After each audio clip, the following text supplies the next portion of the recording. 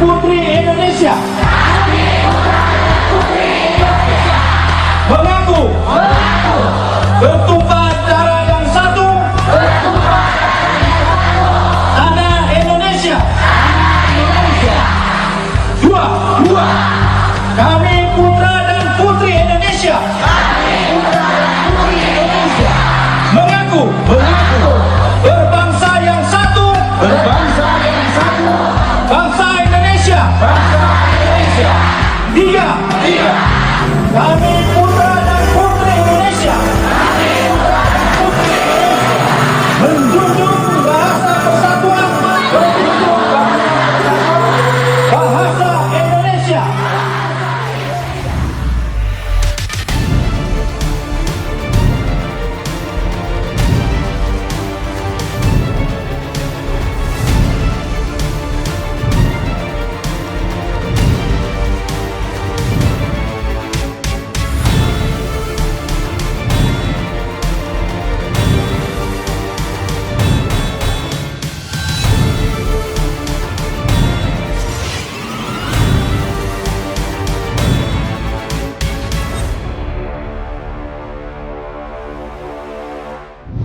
Halo sahabat Indonesia, kita bertemu lagi dalam rubrik Indonesia Maju. Dalam rubrik Indonesia Maju kali ini ada yang khas karena kami memperingati Hari Sumpah Pemuda yang jatuh pada tanggal 28 Oktober 2021. Nah, untuk ini kami membuat suatu acara atau rubrik khusus yaitu Pemuda Indonesia yang berprestasi. Nah, untuk itu kami menghadirkan salah satu pemuda yang berprestasi. Di samping saya sudah hadir ini Haji Anindito Himawan Pramana. Oh, lebih sering saya panggil dengan Mas Dito Pramono. Ya, beliau ini adalah Bupati Kediri hasil Pilkada Desember 2020 ya Mas? Nah, 2020. Beliau menjabat di Kediri mulai tanggal 1 Maret 2021. 26 Februari. 26 Februari, ya. Dilantiknya. Efektifnya mungkin 1 Maret kali. 1 Maret baru efektif. Sahabat Indonesia, ini masih muda ya. Beliau ini kelahiran 31 Juli 1992. Jadi baru saja melewati 29 tahun. Betul. Sudah jadi bupati. Betul. Bupati bukan di daerah yang ecek-ecek, Kediri itu luas.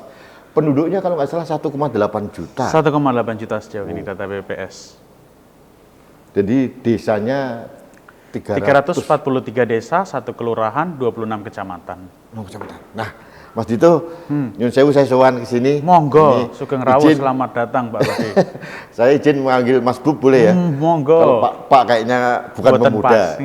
Sahabat Indonesia, ini salah satu pemimpin daerah yang muda di bawah 30 tahun. Mungkin hanya beberapa orang di Indonesia.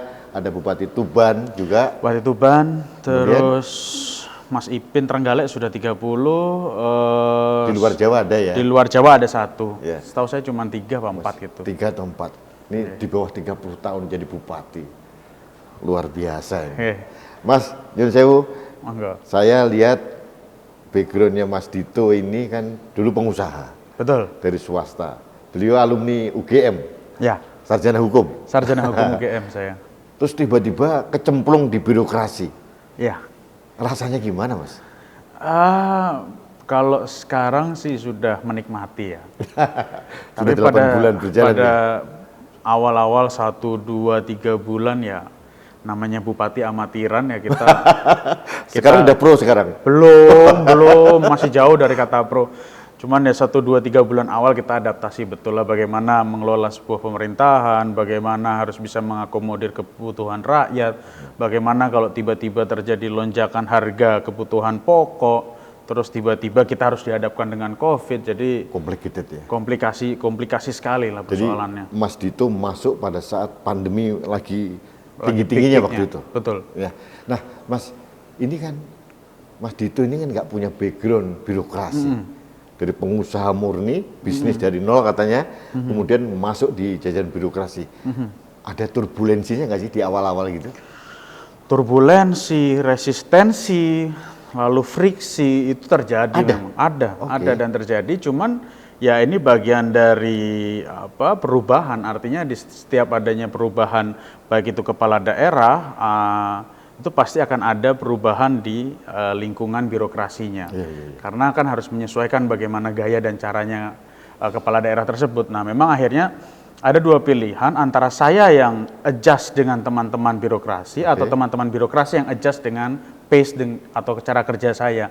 Nah, akhirnya ini kita mengkombinasi, memix keduanya, ini hal yang memang memerlukan waktu. Sampai hari ini pun kita juga masih terus berproses membenahi. ya? Iya, berproses terus. Artinya turbulensi sudah lewat lah mungkin ya? Alhamdulillah sudah lewat beberapa. Beberapa ya? Kita nggak tahu ya ke depannya seperti apa. Kalau resistensi masih ada nggak ya? Resistensi alhamdulillah sudah nggak ada. Aman ya? Semua dinas sudah kompak dan saya yakin kalau ini berjalan seperti ini terus ya 3-5 tahun lagi Kabupaten Kediri akan jadi kabupaten yang berbeda. Iya, Mas, biasanya anak muda itu kan kelebihannya di speed, kecepatannya tinggi. Nah, birokrasi kita mohon maaf ini Mas, kadang-kadang masih agak slow gitu loh. Bagaimana Mas Dito, seninya bagaimana mengelola ini? Maka saya setiap rapat dengan seluruh SKPD terkait, saya selalu sampaikan, dalam menilai seseorang, saya tidak berdasarkan like and dislike, tapi based on performance. Bicara based on performance, berarti ada kualifikasinya, ada indikatornya. Nah, sekarang ini kita mau terapkan di Kabupaten Kediri, insya Allah akan jadi kabupaten pertama yang menerapkan namanya Corporate University. Corporate University, apa itu? Corporate University itu sekarang sebuah sistem yang dibangun untuk pengembangan SDM-nya, Jadi Corporate University konsepnya mudah. Yang pertama indikatornya adalah kualifikasi. Yang kedua adalah kompetensi. Yang ketiga disiplin, yang terakhir adalah kinerja. Nah, keempat ini akan berkaitan dengan satu yang namanya kompensasi. Jadi kalau kualifikasinya misalkan tiba-tiba ada ASN yang pengen sekolah S2, maka ini menambah kompetensi dari ASN tersebut. Langsung kompensasi ini naik. Jadi antara saya misalkan mengatakan ini kabit di level yang sama, belum tentu ini tunjangannya sama. Oh gitu? Iya, kita akan buat seperti itu. Tiba-tiba 4 indikator ini naik semua, artinya berprogres, kinerjanya bagus, disiplin, kompetensinya bagus, lalu kualifikasinya juga bagus, maka tunjangannya mungkin bisa lebih besar dibanding tunjangan bupati. Oh, iya. Begitu ya? Kita akan lakukan itu. Ini dilakukan dan ini sedang akan kita terapkan di 2022. Kira-kira penerimaan dari birokrasi? Ya pasti namanya hal baru pasti ada gagapnya ya kalau saya bilang ya. Tapi karena kalau menurut saya gini, Mas, beberapa birokrasi kita itu kan banyak yang masuk di zona nyaman itu, nyaman aman itu. Kadang-kadang kalau ada perubahan yang inovasi baru tentang program seperti ini, kadang-kadang sudah ada resistensi. Pasti. Bagaimana seninya mengelola, Mas? Nah, maka saya selalu sampaikan dan saya buktikan dengan beberapa pemilihan, ini kan sekarang kita sedang tata betul, nanti akan kita lakukan shelter untuk beberapa jabatan kepala dinas. Saya selalu sampaikan bahwa di setiap shelter itu tidak perlu ada janji apapun, saya bilang.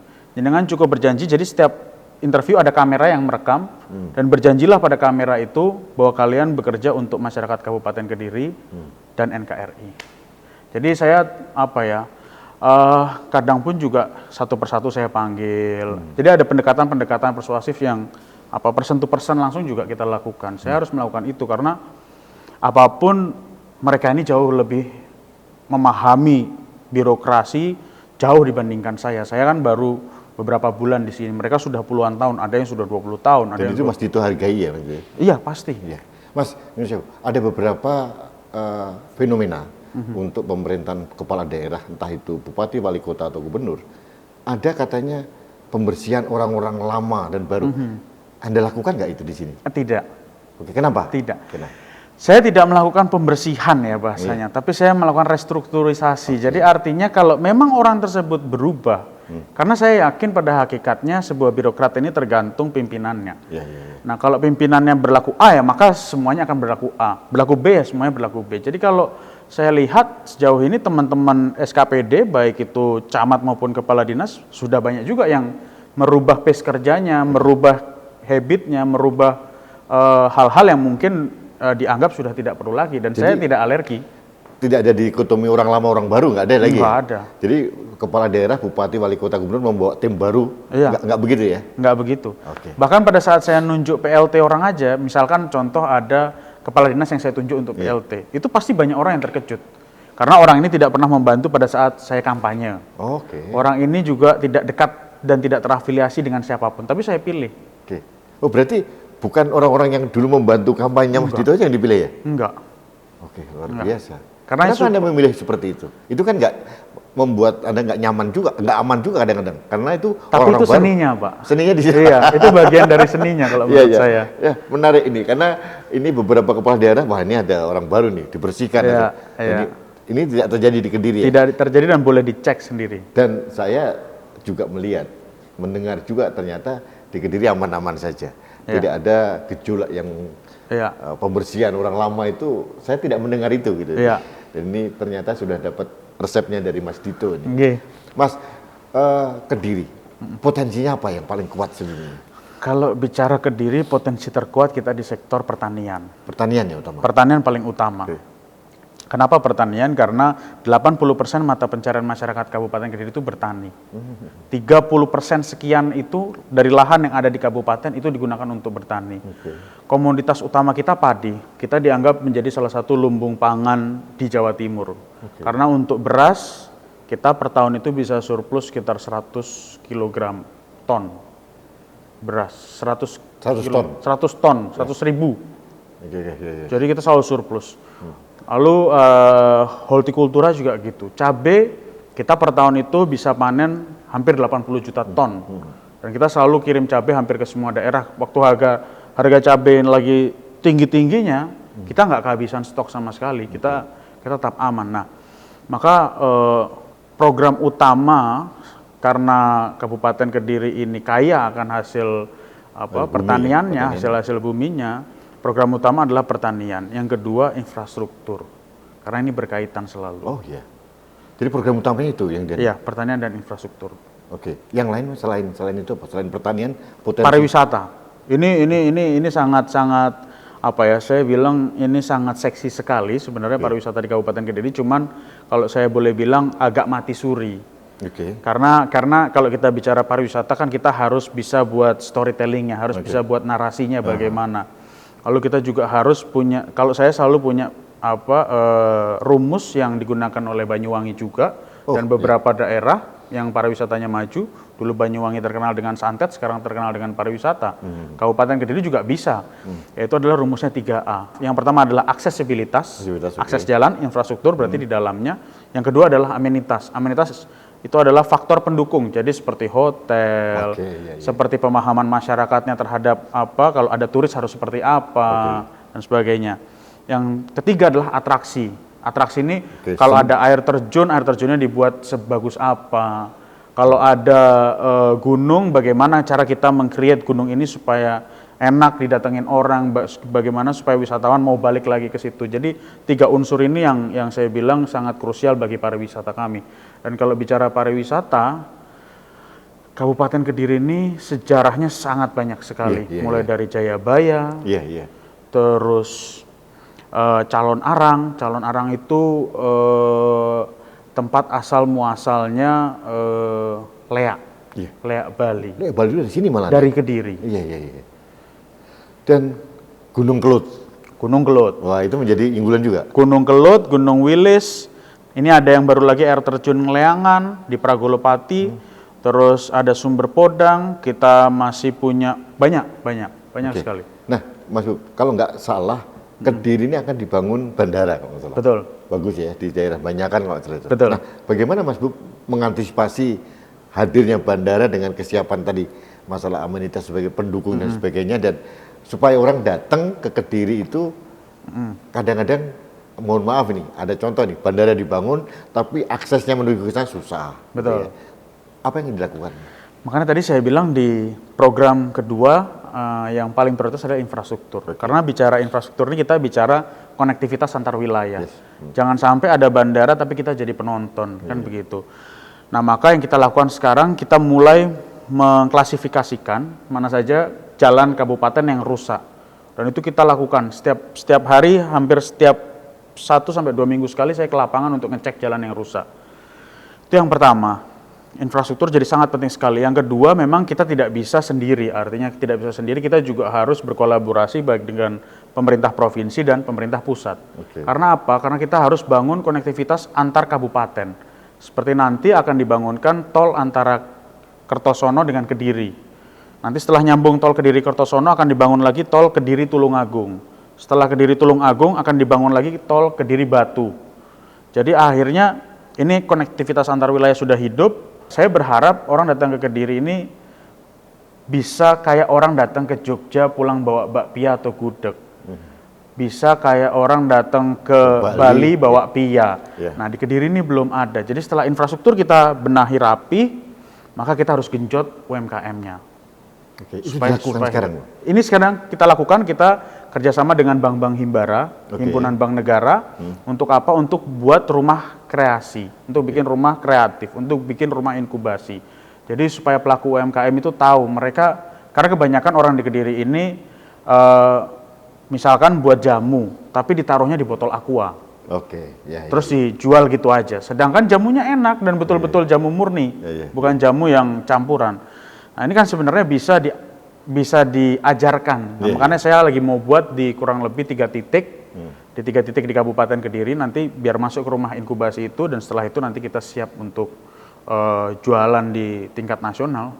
Mas Bupati, pada waktu panjenengan datang, 8 bulan yang lalu gitu, bagaimana kondisi infrastruktur di Kediri sebenarnya? Kondisi infrastruktur di Kediri itu dulu bahkan sampai ada orang bilang namanya Jeglongan Sewu. Itu ada satu jalan yang panjangnya sekitar 10 km. Bukan Grojogan Sewu? Bukan. Jeglongan Sewu? Jeglongan Sewu. Jadi jeglongan itu lubang gitu? Iya, lubang. 1000? Lebih dari 1000 bahkan. Jadi jalan itu dibangun, ruasnya kalau saya tidak salah kurang lebih 11,3 km. Dari 11,3 km itu 10 km sudah rapi. Tapi ada 1 km yang hancur, betul-betul hancur.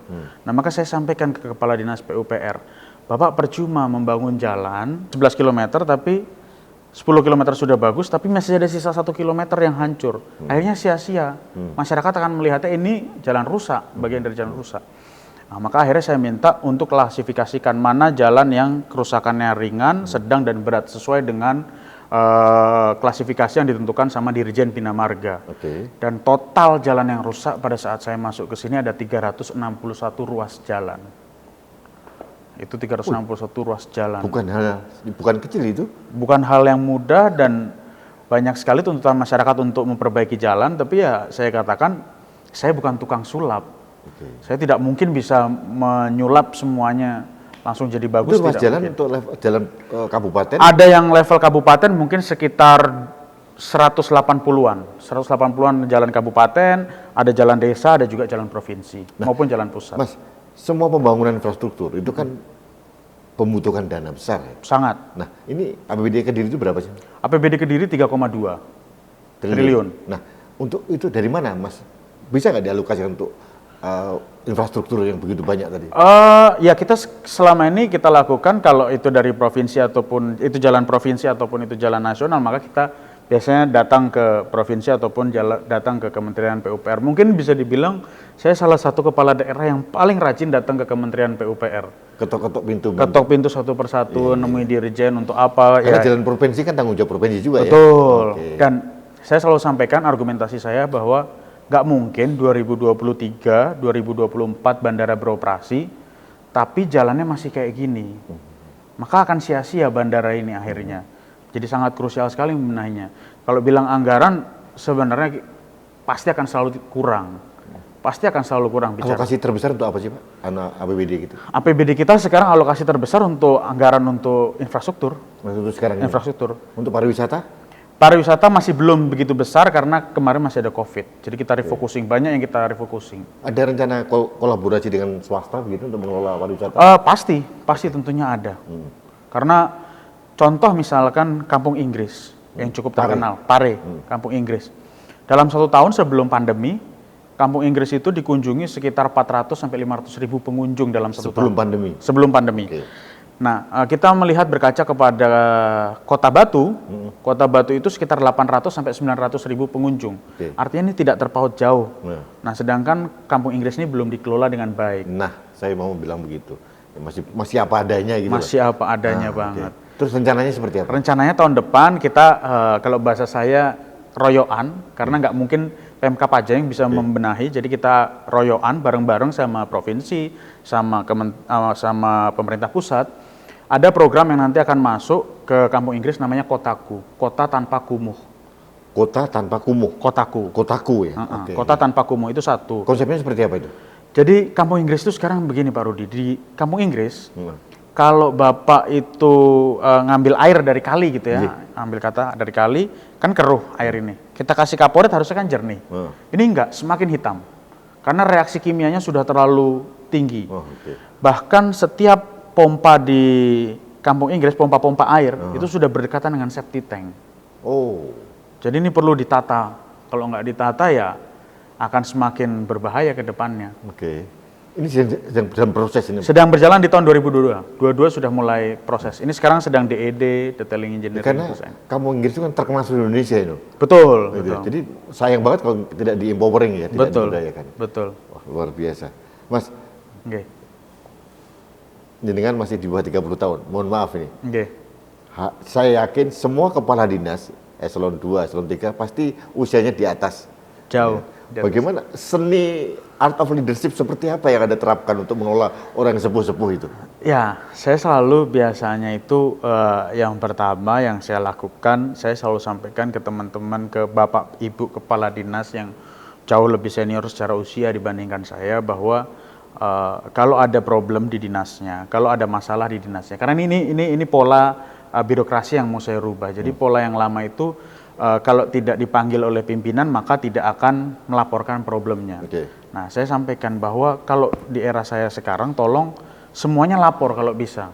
Oke. Ayo lapor. Nah, begitu saya buat pola itu masih ada kikuknya di awal. Jadi kalau tidak dipanggil juga nggak datang kadang teman-teman kepala dinas ini, karena ya apa ya mungkin ewah pekewuh mungkin ya karena berhadapan dengan kepala daerahnya. Tapi pada faktanya sekarang berjalan beberapa bulan, dinas-dinas mulai proaktif. Saya harus Sekarang akui ini ya? itu, Oke. mulai proaktif. Sarannya pakai biasa, laporan biasa, atau mungkin Anda punya WhatsApp group atau apa begitu pakai? Saya punya WhatsApp group. Saya punya Semua kepala dinas masuk di situ? Iya. Oke. Semua kepala dinas dan semua camat. Ada yang kepala dinas tok, ada yang camat tok, ada yang digabung. Yang dicampur. Oke. Nah, saya punya WhatsApp group. Saya juga punya aplikasi aduan namanya Halo Masbub. Nah, ini jadi nanti kalau misalkan ada warga yang mengadukan sulitnya pembuatan akte contoh. Ini kenapa sih kok sulit buat akte? Akhirnya saya panggil Dukcapil, ayo Pak kita duduk bareng. Ini kenapa problem Bapak Pakai ada di platform apa itu? Halo Mas Bob itu? Android. Pakai Android ya? Pakai Android. Jadi semua orang bisa Akses itu. download juga free? Free. Download Oke. free, dan itu laporan itu di minggu-minggu pertama terus terang teman-teman kepala dinas banyak yang overload. Oke. Karena kaget kan, Iya. begitu banyaknya aduan, laporan, baik itu mulai dari jalan, pelayanan publik, COVID, dan sebagainya. Tapi seiring berjalannya waktu, ya ternyata teman-teman dinas banyak juga yang keep up. Dan setiap Jumat saya punya acara namanya Jumat Ngopi.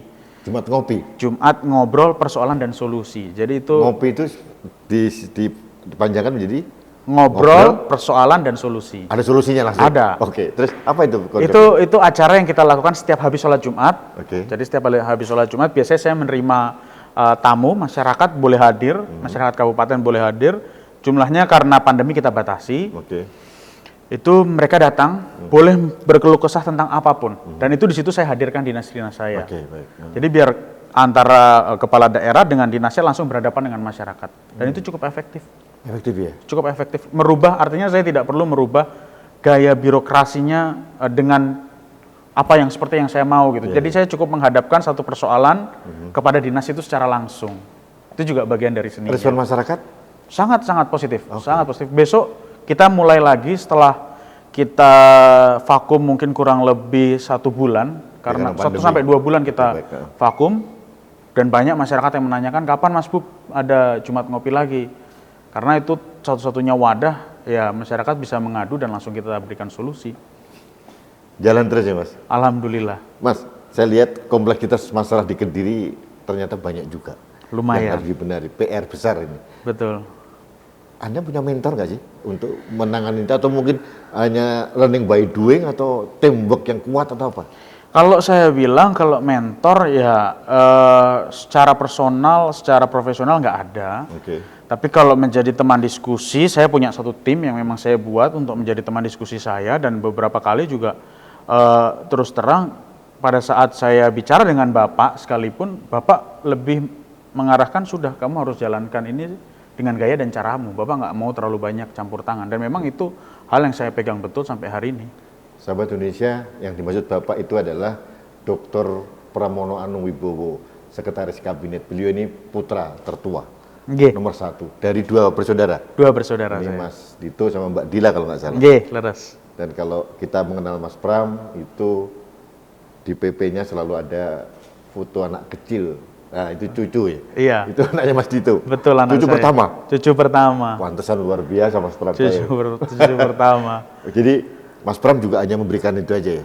Iya. Diserahkan dengan harus pakai Dito way, Iya, Dito style gitu ya? betul. Jadi tidak anu ya? Tidak pernah Bapak campur tangan terlalu jauh. Jadi akhirnya saya belajar dengan sendiri ya. Saya paling yang saya lakukan diskusi dengan teman-teman kepala daerah lainnya. Contoh, ada yang muda seperti Gresik, itu juga muda baru terpilih. Saya sering diskusi sama Gus Yani, Sidoarjo, Gus Mudor, Wali Kota Surabaya, Mas Eri, Trenggalek, Mas Ipin. Artinya kita punya teman-teman sejawat yang bisa diajak mikir bersama lah. Mas, bagaimana Mas Dito akan mengelola sinergitas antara daerah-daerah ya? Ini kan daerahnya, kalau di Jawa ini ada Blitar, ada Tulungagung, Nganjuk, berdekatan loh. Nah, Jombang juga gitu. Kediri itu kan dikepung teman-teman semua itu. Betul. Jadi bagaimana mengelola supaya ini ada kolaborasi yang menguntungkan semua? Ya. Kalau saya bilang, yang pertama kolaborasi ini kita lakukan dari internal Kediri dulu. Kediri dulu tuh berarti saya bicara antara kabupaten dengan kota. Karena pada hakikatnya Kediri ini borderless. Nggak bisa kita bicara saya orang kota, saya orang kabupaten, nggak ada. Itu nggak ada batasan. Jadi pertama kita bangun komunikasi yang baik dulu dengan wali kota Kediri. Itu tuh hal pertama.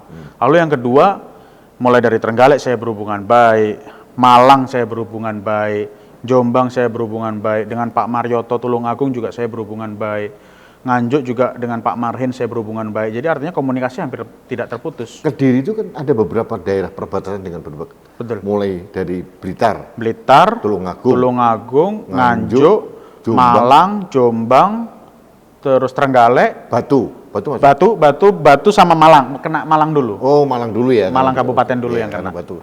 Oh, itu banyak sekali ya? Banyak. Gitu ya. Jadi Mas Dito koordinasi dengan mereka. Iya. Saya lihat Mas Dito nggak gengsi juga untuk mengcopy paste program yang bagus juga ya. Jadi Anda bilang seperti akan mencontoh Banyuwangi misalkan. Iya. Artinya kalau kita bisa mengambil satu hal yang baik, kenapa tidak kan begitu. Jadi program ATM, amati, tiru dan modifikasi. Iya. Jadi nggak perlu gengsi-gengsian. Nggak perlu sih kalau buat saya. Mas, ada kekhawatiran dari orang, Mas Dito ini tadi saya bilang speed masalahnya, anak muda ini. Nah, ini lokomotifnya kecepatannya tinggi gitu. Bagaimana nanti takutnya gerbongnya ketontelan? Selama ini sudah mulai ngikutin nggak sih Mas dengan speednya? Dulu pada awal iya. Dan saya pun juga harus beradaptasi. Artinya beradaptasi saya harus memahami kondisi teman-teman. Saya nggak bisa saya saklek dan tangan besi begitu aja, nggak mungkin. Tapi pada akhirnya setelah berapa bulan ini, hampir kurang lebih mungkin 7 bulan ini saya menjabat, saya harus akui teman-teman kepala dinas mulai banyak yang berubah. Dan mereka mulai menyamai saya pace-nya. Oke, yang terakhir masalah internal di Kediri nih Mas. Ada 300 desa kalau nggak salah. 343. Mereka kan mempunyai anggaran dana desa ya, dari pusat gitu ya. Nah, apakah anggaran desa yang turun dari pusat ini bisa disinergikan untuk membantu program jalan masjid itu secara keseluruhan? Jadi begini, begitu bicara dana desa ini adalah dana yang harus betul-betul bisa langsung dirasakan oleh masyarakat desa. Saya tidak mau dan tidak boleh terjadi di kabupaten ini sampai ada penyelewengan dana desa. Maka kalau dulu di awal-awal saya menjabat, beberapa kali saya turun ke lapangan untuk ngecek betul. Dan ternyata memang sempat ada temuan salah satu camat kita ada yang didapati melakukan hal tersebut. Ya artinya sampai sekarang ini saya sedang membenahi betul bagaimana dana desa ini betul-betul bisa membangun setiap desa, dan ini nggak mudah karena 343 desa itu jumlahnya cukup banyak, dan memonitor semuanya saya katakan nggak mungkin saya bisa monitor semuanya. Maka fungsi dan peran dari DPMPD, dinas yang menaungi desa-desa ini, itu menjadi sangat penting sekali. Dan saya sampaikan ke DPMPD bahwa Juklak dan Juknis atau musrenbang dari tingkat desa, tingkat kecamatan, dan tingkat kabupaten ini harus sinkron. Iya. Jangan sampai mau bangun A, ibaratnya kita mau buat bakso, indikatornya kan kalau bikin bakso ya berarti harus ada baksonya, harus ada kuahnya, harus ada kecap, harus ada sambal dan sebagainya. Jangan sampai kita mau buat infrastruktur, tapi yang dikasih misalkan buah. Ya. Presiden Jokowi mempunyai program DILAN, Betul. digitalisasi dan pelayanan. Betul. Nah, implementasinya di Kediri seperti apa? Implementasi di Kediri kita bicara digitalisasi ya berarti ya. Di Kediri ini kita sekarang pada saat saya menjabat sekitar 3-4 bulan, saya lupa pastinya, saya melakukan pertama kali perubahan transaksi. Jadi kalau transaksi dulu selama ini di Kediri cash, semuanya cash, jadi misalkan gaji pegawai, apa, itu semua cash. Nah, sekarang saya terapkan TNT, transaksi non-tunai. Cashless. Oke. Di atas 1 juta tidak boleh lagi ada cash, itu satu. Yang kedua, setiap pasar nantinya kita akan menggunakan KRIS, Quick Response Code, yang biasanya digunakan dari M-Banking itu. Scan gitu ya? Scan itu Oke. langsung bayar. Nah, ini sudah kita lakukan di beberapa pasar kita dan ternyata itu berjalan dengan cukup baik. Kita bekerja sama dengan beberapa bank. Khususnya Itu salah satu itu lakukan ya? ya. Kalau untuk anunya Mas, untuk pelayanan ke publik? Pelayanan publik, alhamdulillah kita punya namanya program Sahaja. Sahaja. Apa itu? Sahaja itu 1 hari jadi. Oh, 1 hari jadi? Apa aja? 1 hari jadi. Apa aja, bikin apa KTP aja. juga? KTP, akte. Dulu pada saat saya campaign, saya kampanye awal-awal itu problem masyarakat bikin akte, bikin KK, itu bisa sampai berbulan-bulan. Sekarang 1 hari jadi dan tidak perlu mengantri. 1 hari? 1 hari jadi. Itu juga menggunakan aplikasi. Sudah jadi? Sudah jalan program? Sudah jalan. Oh iya, Kalau ini luar sudah biasa. jalan. Ini saya buat KTP berapa minggu di Jakarta, Mas? Siap. Wah, ini 1 hari jadi? 1 hari jadi. Luar biasa. Mas, ini menarik ya. Ini ada titipan pertanyaan. Monggo. Nah, ada beberapa kepala daerah yang kesandung KPK. Yang membuat kita miris itu adalah jual beli jabatan. Betul. Ya, ada ini mau jadi ini harus nyogok sekian namanya. Di Kediri seperti apa? Nah, itu hal yang saya harus katakan ini betul-betul harus dirubah, dan ini harus dirubah sampai ke akar-akarnya. Oke. Maka kurang lebih kalau saya tidak salah mungkin belum sampai 1 bulan yang lalu saya baru mengeluarkan Perbub yang menyatakan bahwa pengisian perangkat desa saya kembalikan menjadi hak setiap kepala desa. Jadi tidak perlu bicara pengisian kepala desanya dulu. Pengisian perangkatnya ini juga harus ditata. Oke. Kalau pengisian kepala desa itu kan pilkades nanti. Iya. Nah, itu biasanya nanti sudah ada yang mengatur lah caranya kan. Nah, tapi kalau pengisian perangkat ini kan kepala desanya ganti tetap itu orangnya. Iya. Ini dulu yang harus dibenahi. Oke. Nah, pengisian perangkat selama ini tidak dilakukan oleh kepala desa, tapi dilakukan oleh pihak dari internal Pemkab. Nah, maka saya sampaikan sudah tidak bisa lagi. Sekarang yang pertama, setiap desa harus menggandeng pihak ketiga. Pihak ketiga ini untuk melakukan interview. Maka saya katakan pihak ketiganya harus universitas yang terakreditasi A. Oke. Dan tidak boleh ada setting menyeting di dalamnya. Jadi saya sekarang kalau bisa dibilang jual beli jabatan dan sebagainya itu hal yang saya rasa mungkin sekarang tinggal 1% sampai 0,5% lah. Kalau sampai ada yang menemui jual beli jabatan di Kabupaten Kediri, mohon bisa langsung info ke Halo Mas Bub atau di info langsung ke saya juga boleh. Oke. Menarik. Karena ini menjadi concern kita semuanya. Iya. Karena selama itu terjadi, korupsi itu akan menjadi Akan menjadi makanan dan pemerintahannya akan stagnan. Iya. Kalau kita bicara korupsi itu kan hilir, Mas. Betul. Hulunya harus kita ada sebab itu. Betul. Ya. Oke, ini menarik. Saya sekarang masalah pemuda ini, Mas. Monggo. Nah, karena panjenengan masih muda, menurut saya masih kelompok milenial lah gitu. Oke. Nah, bagaimana Mas Bupati memberdayakan anak muda di Kediri? Ada berapa persen potensinya? dari 1,8 juta ini? Potensi anak muda di Kabupaten Kediri. Kalau kita bicara anak muda itu berarti saya harus kembali kepada Undang-Undang Nomor 40 Tahun 2009 tentang kepemudaan. Oke. Definisi anak muda di situ dituangkan bahwa yang berusia 16 sampai 30 tahun. Itu kurang lebih mungkin hampir ada 40 sampai 50% sendiri dari 1,8. Sangat besar sekali. Dan tidak punya wadah. Tadi sebelum saya bertemu Pak Rudi, saya baru ketemu teman-teman anak-anak muda. Yang ada yang anak-anak muda yang suka tentang kesenian, ada anak-anak muda yang sukanya tentang buat apa misalkan UMKM, ada anak muda yang suka digitalisasi. Tadi saya bicara banyak dengan mereka. Dan mereka menyampaikan kita cuma minta wadah. Kita minta tempat. Oke, kalau gitu saya bilang, saya buatkan tempat persis di sebelah kantor saya nanti. Jadi ini ruangan kantor saya, sebelahnya persis ada gedung yang sekarang tidak terpakai. Saya bilang udah itu dirombak, direnov, nanti untuk tempat wadah anak-anak muda, semacam ya kreatif hub atau apalah nanti namanya kita pikirkan bersama. Itu diwadahi juga ya? Harus diwadahi. Karena anak muda di Kabupaten Kediri ini sebenarnya cukup visioner. Contoh ada satu desa namanya Brumbung di daerah Kepung. Desa itu adalah desa di mana adanya prasasti Harinjing. Prasasti yang mengatakan Kabupaten Kediri atau Kediri Raya itu jadi pada tanggal 25 Maret. Kalau saya tidak salah, kalau salah mohon dikoreksi. Nah, anak-anak Brumbung ini mempelajari betul bagaimana tentang sejarah, bagaimana sih kerajaan Kediri zaman dulunya, apa sih filosofi dari Kediri, apa sih budayanya Kediri. Jadi tadi saya bicara banyak tentang sama mereka. Nah, mereka nggak punya wadah. Dan mereka ini sekarang statusnya sudah diakui oleh Kemendikbud. Iya. Jadi banyak nih anak-anak muda yang tumbuh dengan sendirinya tapi butuh wadah lah, butuh sentuhan. Dan saya rasa bukan hal yang sulit bagi kami untuk bisa merangkul anak-anak muda, karena saya masih alhamdulillah saya masih tergolong anak muda. Mas, Kediri termasuk dikatakan kota pesantren, kan? Daerah pesantren. Dan santri itu kan anak muda semua ini. Betul. Bagaimana rencana Mas Dub untuk mengempowering mereka? Mereka itu potensi juga besar. Sangat. Gimana caranya? Yang pertama, bicara pesantren, ini kemarin terhambat karena COVID. Ini sebenarnya alasan klasik kepala daerah ya, terhambat karena COVID ya. Saya tidak mau menggunakan alasan itu.